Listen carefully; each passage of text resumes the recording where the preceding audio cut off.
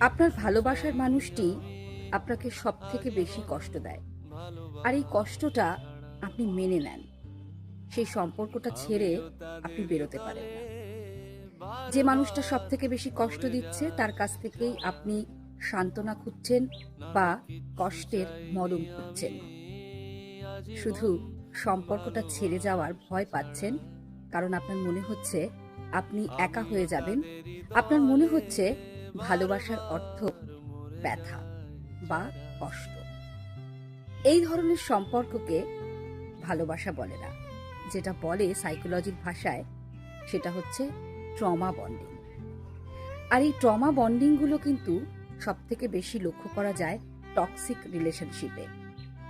Trauma bonding আমাদের কখনোই কিন্তু ভালো রাখে না, আমাদের মানসিক স্বাস্থ্যের জন্য ভীষণ ক্ষতিকারক। বেরিয়ে আসতে হবে।